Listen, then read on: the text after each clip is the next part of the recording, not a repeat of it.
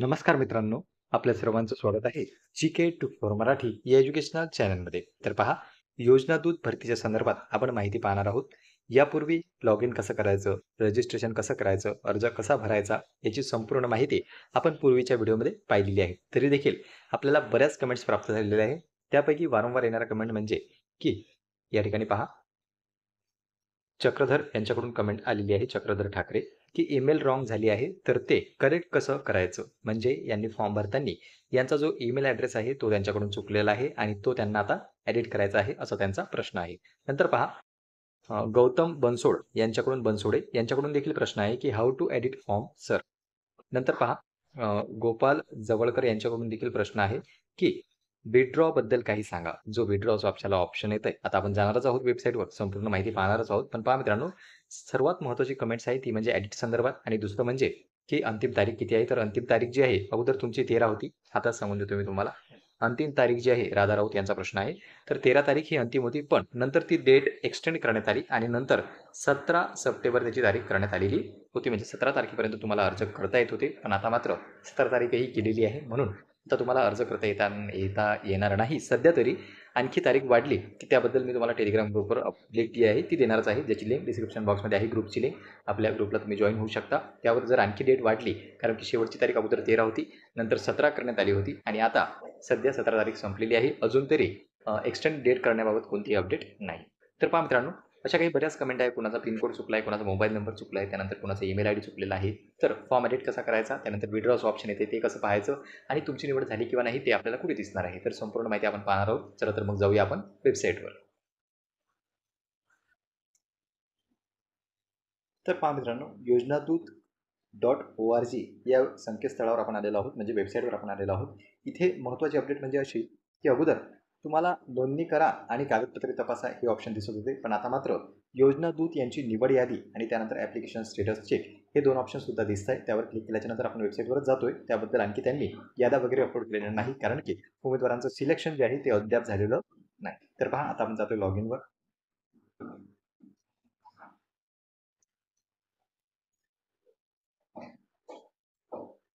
इथे पहा मित्रांनो, आपण लॉग इनच्या वेबसाईटवर आलेलो आहोत आणि हे आपल्याला संकेतस्थळ ओपन करायचं आहे पुन्हा. या ठिकाणी ओपन केल्याच्यानंतर तुम्हाला इथे ऑप्शन दिसेल लॉग इन. तर सर्वात प्रथम अप्लाय करायचा असो किंवा तुमच्या अर्जाची स्थिती पाहायची असो, काहीही करायचं असो, तुम्हाला लॉग इन करणं आवश्यक आहे. तर आपण लॉग इन या बटनावर क्लिक करतो. या ठिकाणी पहा, उजव्या साईडला आपल्याला त्यामध्ये लॉग इनचं ऑप्शन दिसते.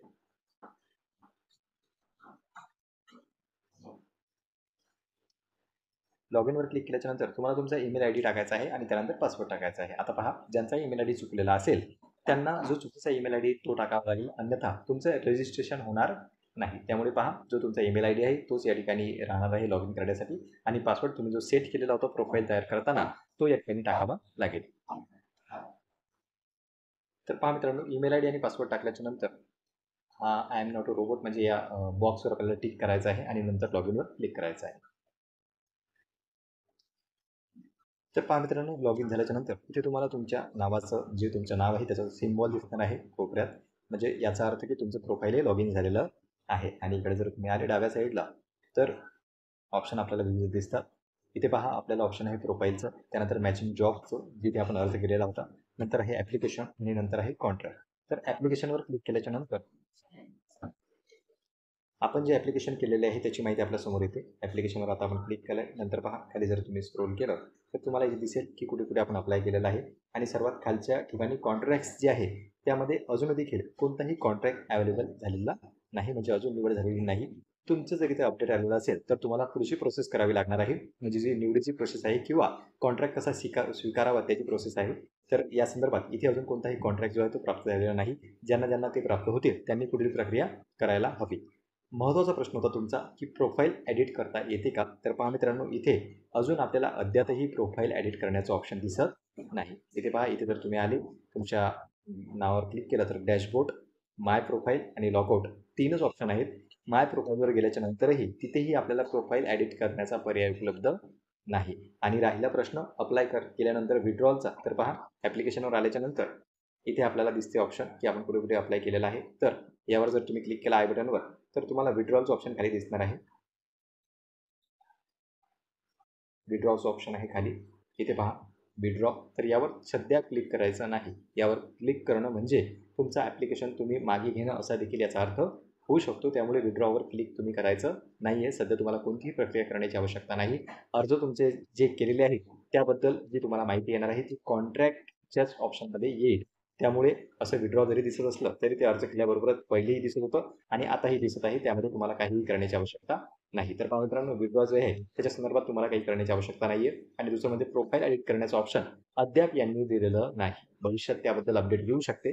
कारण की बऱ्याच उमेदवारांचे मोबाईल नंबर असो, त्यानंतर ईमेल आयडी असो, कोणाचे कॉन्टॅक्ट डिटेल असो, कोणाचा ॲड्रेस असो, असे कोणाचं नाव असो, तर यामध्ये बारीक चुका ज्या आहेत त्या झालेल्या आहेत उमेदवाराकडून आणि ते जर अपडेट केलं नाही तर भविष्यात कशा संपर्क साधल्या जाणार आहे.